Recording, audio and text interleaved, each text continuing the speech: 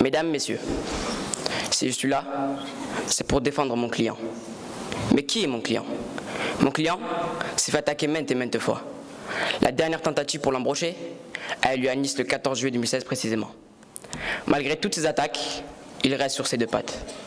Et comme il chante en 1998, I will survive. C'est lui qui était visé, et pourtant, on le retrouve sur les bancs des accusés. Alors pour comprendre, mesdames, messieurs, permettez-moi de vous raconter son enfance, de vous parler de sa famille, de ses ancêtres. Mon client est né à l'époque de la Révolution française, où il a remplacé la fleur de lys, symbole de la royauté. Il est aussi l'héritier des philosophes des Lumières et de leur combat contre les injustices. Mais ses lointains ancêtres venaient de la Grèce antique.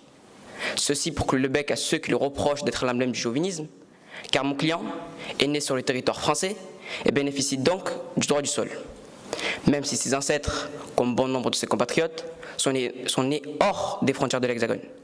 Eh oui, mon client incarne parfaitement ce principe de république, une et indivisible au nom duquel tout citoyen, sans distinction d'origine, de couleur de peau ou de religion, sont égaux devant la loi. Et ceci, sur tout le territoire. Alors que reproche-t-on exactement mon client? De ne plus y croire? De faire semblant?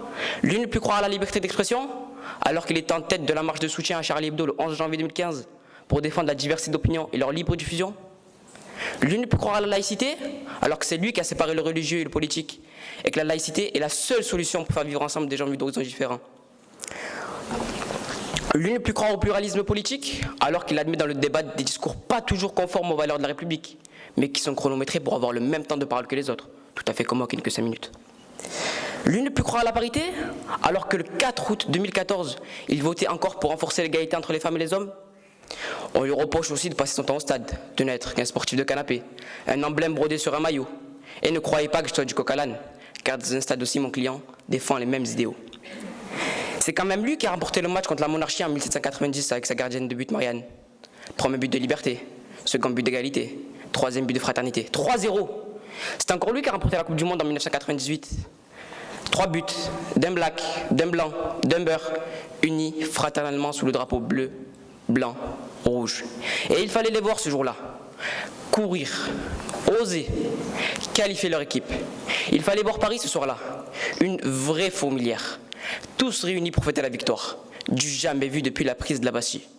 Mais au lieu de célébrer ce beau souvenir, quelques mauvaises langues préfèrent relever les couacs. Je leur répondrai, est-ce la faute de mon client si des supporters idiots jettent des bananes aux joueurs de couleur ou sifflent la Marseillaise? Est-ce la faute de mon client si des joueurs ont oublié le sens des valeurs communes, refusent de chanter notre hymne national? Est-ce de sa faute si on lui fait porter le maillot numéro 5 depuis 1958? C'est vrai qu'il joue libéraux depuis cette époque, mais quel beau terme pour cet amoureux de toutes les libertés. Et si certains veulent qu'il porte le maillot de la 6ème République, pourquoi pas? À l'heure où les valeurs de la République sont attaquées, mon client pourrait jouer défenseur. Il en a les qualités d'endurance et de rapidité.